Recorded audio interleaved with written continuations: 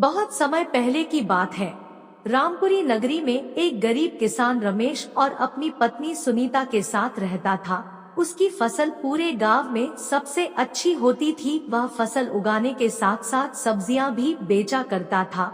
दिन भर खेत में काम करता और शाम को सब्जियां बेचता। एक दिन वह सुबह सुबह उठता है और अपने पत्नी से कहता है, सुनीता, मैं खेत में काम करने जा रहा हूँ, तुम मेरे लिए खाना लाना। उसकी पत्नी कहती है, ठीक है। वह अपने खेत में काम करने के लिए चला जाता है। खेत में काम कर ही रहा था, तभी उसे दो आदमी अपनी मेड़ पर आते हुए दिखाई देते हैं। वह उस गांव के जमींदार थे। रमेश के पास आकर जमींदार जी बोलते हैं, मैंने सुना है कि तुम पूरे गांव में सबसे अच्छी फसल उगाते हो। क्या तुम अपनी फसल मुझे बेचोगे? मैं तुम्हारी फसल को अच्छे दामों पर लूंगा। किसान रमेश बोलता है, क्यों नहीं मालिक, यह तो मेरी खुशी की बात है जो मैं अपना अनाज आपको अच्छे दाम पर बेचूं। जमींदार जी बोलते हैं, ठीक है, फसल पक जाने पर हमारे कुछ आदमी आकर तुम्हारे फसल को काटकर तुम्हारे घर पहुंचा देंगे। रमेश कहता है, ठीक है मालिक। कुछ देर बीते ही थे कि उसकी पत्नी रमेश के पास खाना लेकर आती है।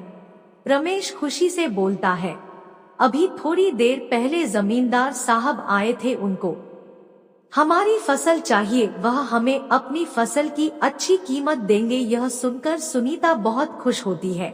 दोनों साथ काम कर घर चले जाते हैं। रमेश अपने खेत में कड़ी मेहनत कर अच्छी फसल उगाता है। उसकी फसल सोने जैसे चमक रही थी। यह देखकर वह बहुत खुश होता है, क्योंकि इस बार उसे फसल की अच्छे दाम मिलेंगे। फसल पककर तैयार हो जाती है। रमेश हंसिया लेकर अपने खेत में जा पहुंचता है फसल काटने के लिए। तभी वहां कुछ जमींदार के आदमी आते हैं। वह भी फसल कटाई करने में उसकी मदद करते हैं। कुछ समय बाद फसल की कटाई कर अनाज निकल जाता है और अनाज की बोरी बनाकर रमेश के घर पहुंचा दिया जाता है। जमींदार के आदमी रमेश से कहता है, मालिक के आदमी आएंगे कल, वो तुम्हारी अनाज को ले जाएंगे। रमेश और सुनीता रात का भोजन करके सो जाते हैं। उनके घर में उसी रात चोर आकर उनके सारे अनाज को चुरा ले जाते हैं। जब सुबह उन दोनों को चोरी का पता लगता है, वह दोनों बहुत उदास हो जाते हैं।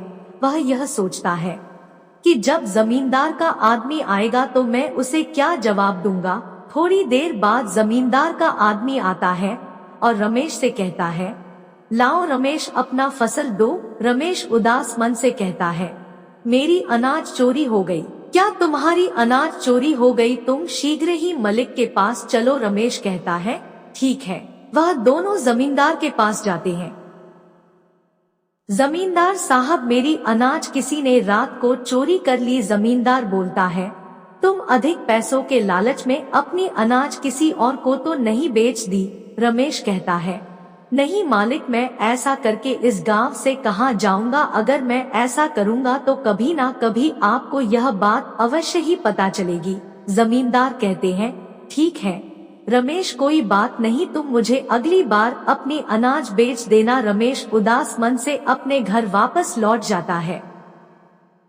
रमेश अब शाम को सब्जियां बेचने जाता। सब्जियां बेचकर वह अपने घर का खर्च चलता। रात का भोजन करते समय सुनीता बोलती है, सब्जियां बेचकर हमारा गुजारा नहीं हो सकता, हमें कोई और रास्ता सोचना होगा। रमेश अचार का टुकड़ा खाने के लिए उठाता है।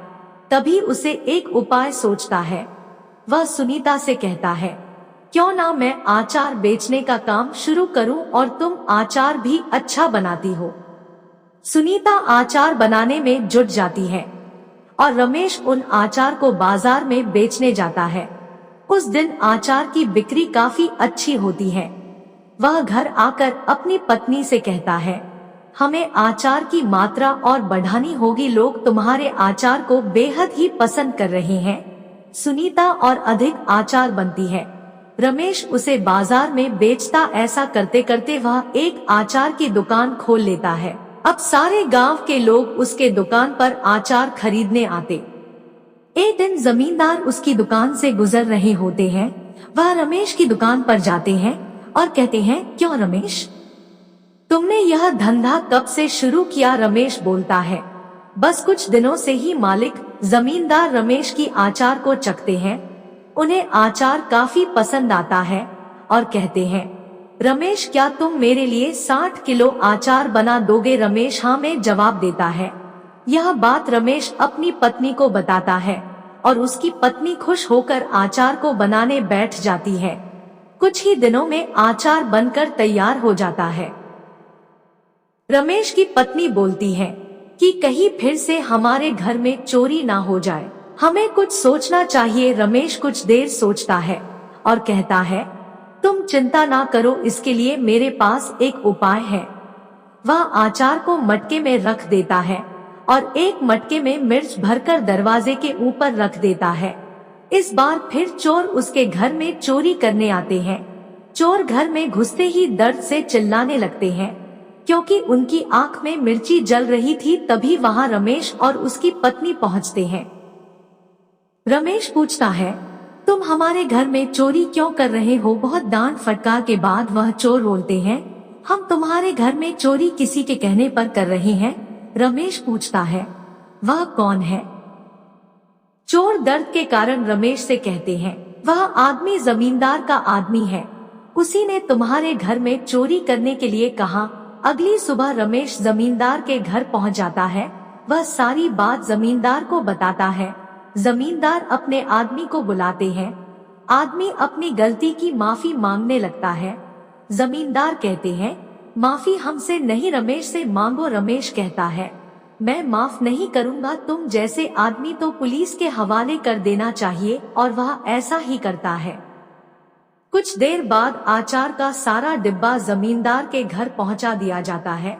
जमींदार बहुत खुश होते हैं रमेश की ईमानदारी पर। वह रमेश को आचार के बदले काफी अच्छे पैसे देते हैं। रमेश उनको धन्यवाद करता है और वह अपने घर चला जाता है। अब रमेश को अपनी फसल के अच्छे दाम मिल रहे थे और उसके पास अब अच्छा कारोबार भी था। अब वह अपने जीवन को खुशी खुशी जी रहा था। हमारे प्रिय श्रोताओं, अगर यह आपको मेहनती किसान की देसी हिंदी कहानी पसंद आई हो तो आप इसे अपने दोस्तों के पास साझा करना ना भूले और ऐसे ही मजेदार कहानी सुनने के लिए हमारे इस चैनल को सब्सक्राइब जरूर, साथ ही बेल आइकॉन को दबाना ना भूले ताकि सभी पहुंचे बिल्कुल मुफ्त। धन्यवाद।